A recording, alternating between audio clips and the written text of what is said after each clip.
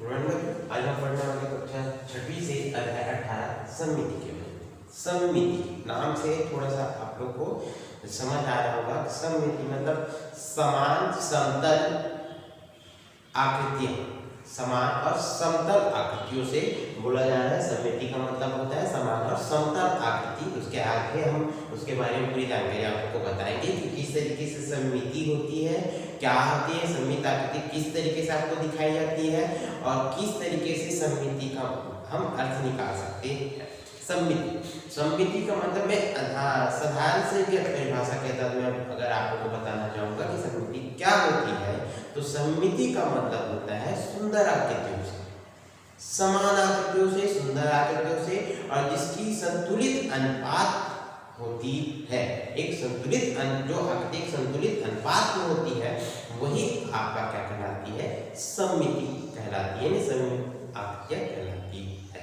ठीक है, सममित आकृतियां कहलाती है। कोई भी आकृति की सममितता का मतलब होता है सुंदरता से। कोई भी आकृति की सममितता का मतलब क्या होता है, सममितता से मतलब यहाँ हम एक टॉपिक लिख देते हैं, सममितता।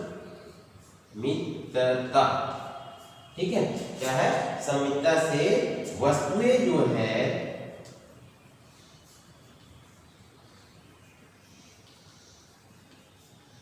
सममितता से वस्तुएं जो है सुंदर लगती है। ठीक है, सममितता से वस्तुएं जो है सुंदर लगती है। तो सममितता से वस्तुएं जो है सुंदर किस तरीके से लगती है, यहाँ परिभाषा के तहत आप लोगों को बताना चाहूंगे कि सममित मतलब होती क्या है। ऐसी आकृतियां जो देखने पर बराबर, ध्यान दीजिएगा, ऐसी आकृतियां दो देखने पर तो बराबर होती है और संतुलित अनुपात में होती है। संतुलित अनुपात मतलब एक समान अनुपात में होती है या हमें दिखाई देती है, तो वो आकृतियां आपका क्या कहलाती है, सममित आकृतियां कहलाती है। वो आकृतियां आपका क्या कहलाती है, सममित आकृतियां कहलाती है। उसकी दूसरी परिभाषा के तहत अगर मैं बात करता हूं तो जो आकृतियां सुंदर होती है, जो आकृतियां हमें सुंदर प्रतीत होती है, बराबर होती है और एक संतुलित अनुपात में होती है, सममित आकृतियां सममित कहलाती है। सममित आकृतियां क्या कहलाती है, सममित कहलाती है। ये हुई आपकी सममितता की परिभाषा। यानी जिस आकृति में आपको सममितता प्रदर्शित होते हुए दिखाई देती है, जिस आकृति में आपको सममितता प्रदर्शित होते हुए दिखाई देती है, वो आपका क्या कहलाती है,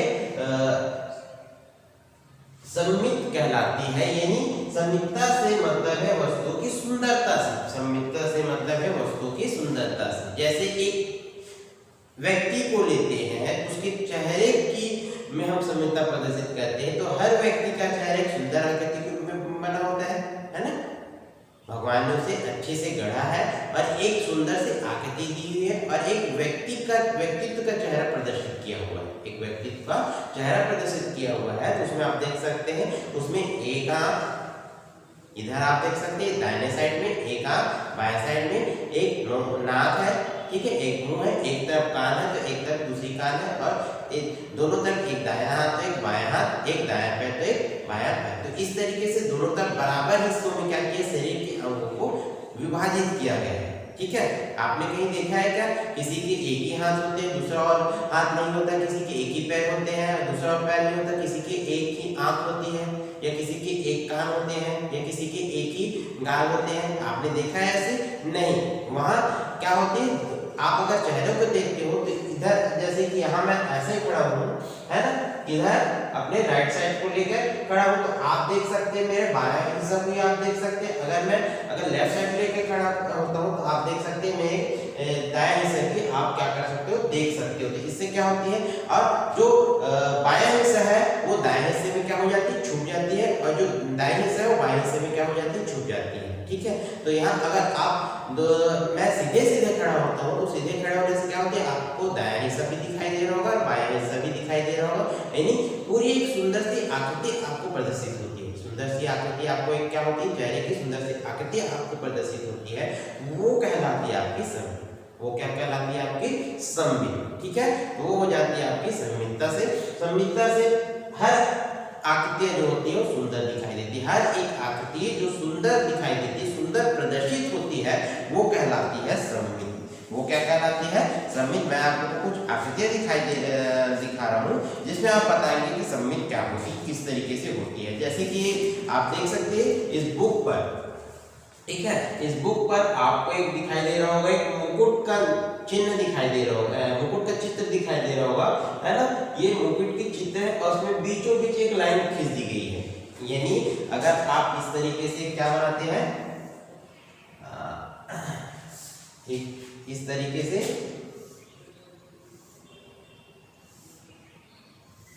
ठीक है, ये हो जाता है आपका। और हम इस तरीके से गोलाकृति का क्या बना देते हैं, मुकुट बना देते हैं और इस तरीके से बीच में लाइन क्रॉस कर देते हैं। ठीक है, इस तरीके से बीच में क्या कर देते हैं, लाइन क्रॉस कर देते हैं। इस तरीके से ये हो जाएगा आपका, ठीक है। और यहाँ एक छोटा सा, ठीक है, इस तरीके से हमने एक मुकुट बना लिया। अब मुकुट बनाते हो उसमें आप देखते हैं कि ये किस तरीके से आपको एक सुंदर आकृति के रूप में दिखाई दे रही है। ठीक है, एक सुंदर आकृति के रूप में क्या हो रही है, दिखाई दे रही है ना। चलो छोड़ो इसको, ठीक है। तो एक सुंदर आकृति के रूप में क्या हो रही है, दिखाई दे रही है। तो यहाँ आप देख सकते हैं मैंने बीच में सीधी लकीर कर दी है और दोनों तरफ का हिस्सा आप देख सकते हैं बराबर आपको दिखाई दे रही है। ठीक है, सुंदर का मतलब क्या होती है, जो पूरी आकृति आपको एक साथ दिखाई देती है। आधा पूरी आकृति क्या आपको सुंदर दिखाई देती है, क्या नहीं दिखाई देती ना। आधा आकृति जो होती है वो कभी भी सुंदर आकृति के रूप में नहीं दिखाई देती। आधी जो आकृति होती है वो पूरी तरीके से सुंदर नहीं दिखाई देती जब तक वो पूरी तरीके से आपको क्या नजर ना आए, बराबर नजर ना आए। तो उस तरीके की जो आकृति होती है वो सुंदर नहीं होती। यानी जब तक वो आकृति पूरी तरीके से बराबर नजर आती है तभी वो आकृति को हम क्या बोल सकते हैं, सुंदर आकृति के रूप में बोल सकते हैं। ठीक है, एक सुंदर आकृति के रूप में क्या कर सकते हैं, बोल सकते हैं। तो ये इस तरीके की जो आकृति होती है वो एक सुंदर आकृति होती है। अब इसमें देख सकते हैं यहाँ क्या बोला गया, परिभाषा में सब ऐसी आकृति जो सुंदर होती हो, बराबर होती हो। बराबर का मतलब दोनों तरफ का भाग को देख सकते हो आप, बराबर आप प्रदर्शित हो रहे हैं। ठीक है, और संतुलित अनुपात में होती है। यदि हम इसका अनुपात हम इधर एक निकालते तो इसका अनुपात भी क्या होगा, आपका एक होगा, क्योंकि दोनों तरफ का हिस्सा जो है बराबर दिखाई दे रहा है। देख सकते हैं इधर पे एक गोला मैंने लगाया है, इधर भी है, इधर भी, और इधर ऊपर में आप देख सकते हैं ऊपर में जो एक गोले की आकृति की दिखाई दे रही है वो दोनों बराबर भाग में दिखाई दे। इधर मैंने जो दो लकीर बनाया है मुकुट के रूप में, तो इधर भी आप देख सकते हैं दो बराबर आपको दिखाई दे रहे हैं। तो इस तरीके की जो आकृति होती है आपका एक सुंदर आकृति के रूप में दिखाई देती है। ठीक है, तो ये आप देख सकते हैं। मेरे को वैसे तो अच्छी से ड्राइंग करनी नहीं आती, जिसमें आप बुक्स में आप देख सकते हैं। यहाँ आप देख सकते हैं ये आकृति हो गई, ये आपकी फूल की आकृति होगी। तो अगर हम इसको बीचों बीच डिवाइड करते हैं तो दोनों तरफ का हिस्सा देखते हैं तो बराबर है, यानी एक संतुलित अनुपात में है। यानी अगर वो संतुलित अनुपात में है और आपको एक सुंदर आकृति के रूप में दिखाई दे रही है तो वो क्या कहलाएगी, आपका एक सममित आकृति कहलाएगी। आपका क्या कहलाएगी, सममित आकृतियां कहलाएगी। दूसरा देख सकते हैं एक महलनुमा आकृति दिखाई दे रही होगी, महल आपने देखे होंगे।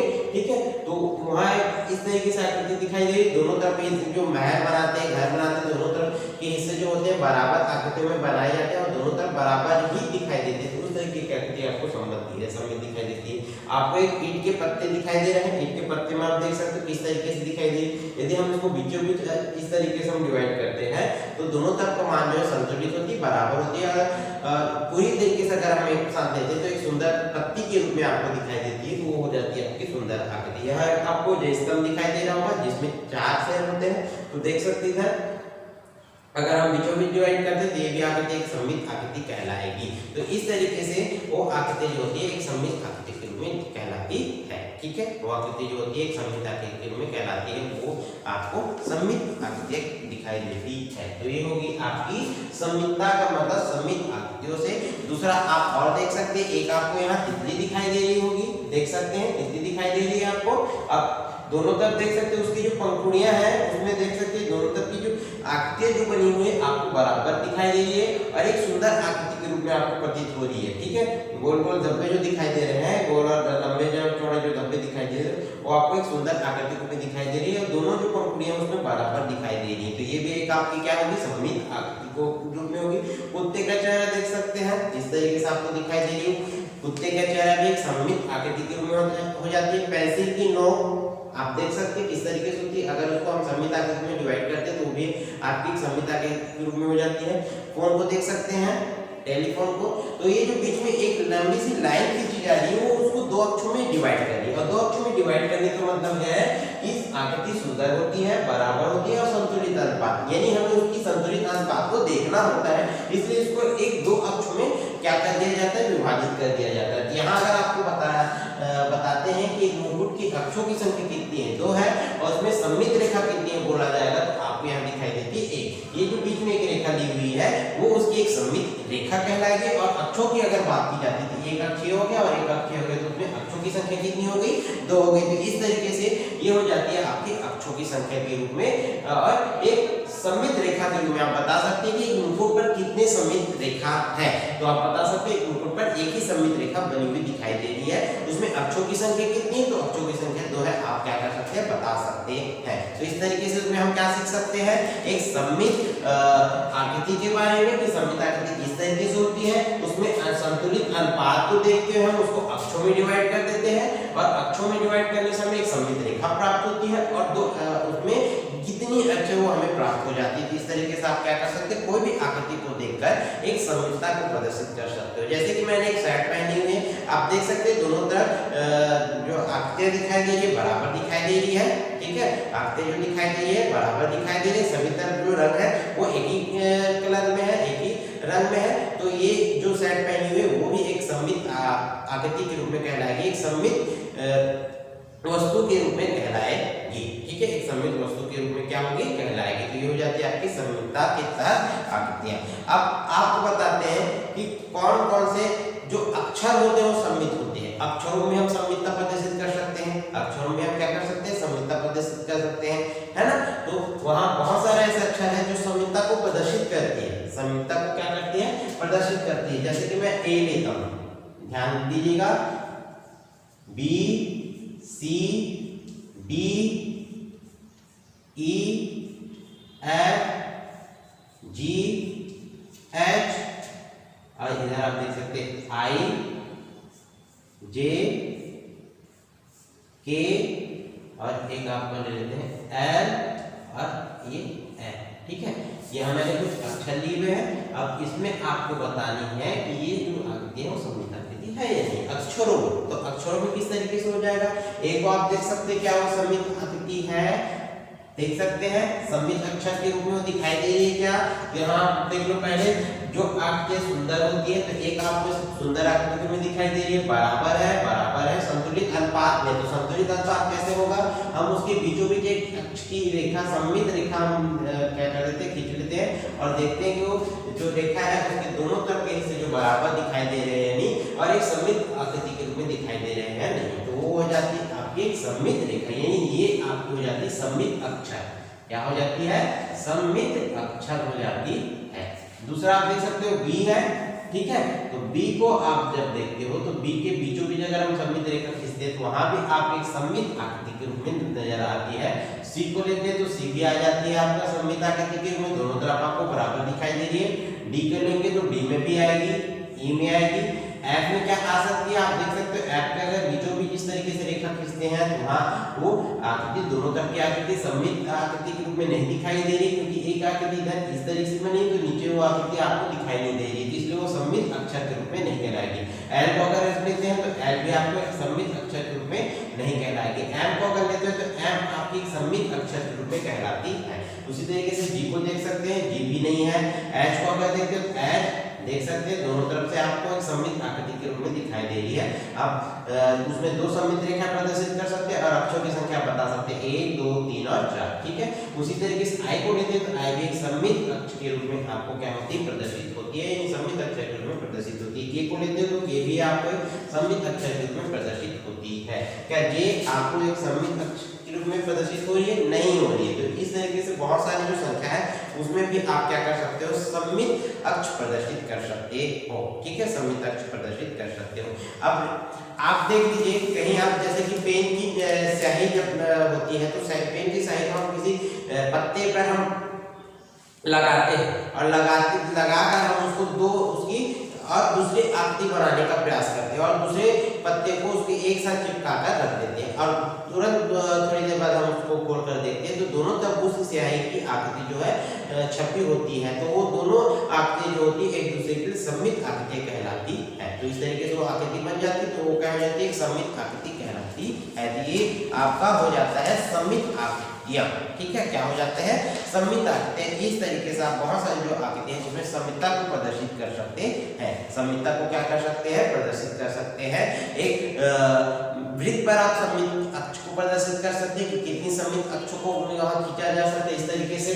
ठीक है, एक आयत की आकृति पर आप सममित अक्ष को प्रदर्शित कर सकते हैं। कितने सममित अक्ष प्रदर्शित करेंगे तब वो आकृति बराबर भागों में बराबर अनुपात में एक संतुलित में विभाजित होगी। ठीक है, संतुलित अनुपात में क्या होगी, वो विभाजित होगी। तो इस तरीके से बहुत सारी जो आकृतियां हैं उसमें आप सममितता को प्रदर्शित कर सकते हो। क्या कर सकते हो, सममितता को प्रदर्शित कर सकते हो, तो वो आपकी कहलाती है सममित। ठीक है, तो एक बार फिर मैं बता देना चाहूंगा, सममित मतलब ऐसी आकृतियां जो देखने पर सुंदर प्रतीत होती हो, बराबर होती हो, संतुलित अनुपात में होती हो, वो आपकी कहलाती है एक सममित आकृतियां। वो आपको क्या कहलाती है, एक सममित आकृतियां। तो आप इस तरीके से आप बता सकते हैं कि कौन कौन सी ऐसी आकृतियां हैं जो सममितता को प्रदर्शित करती है और सममित आकृतियों में आपको दिखाई देती है। ठीक है, तो आपको समझ में आ गया होगा कि किस तरीके से वो आकृति सममित होती है। तो आज का हमारा टॉपिक हम यही समाप्त करते हैं। धन्यवाद।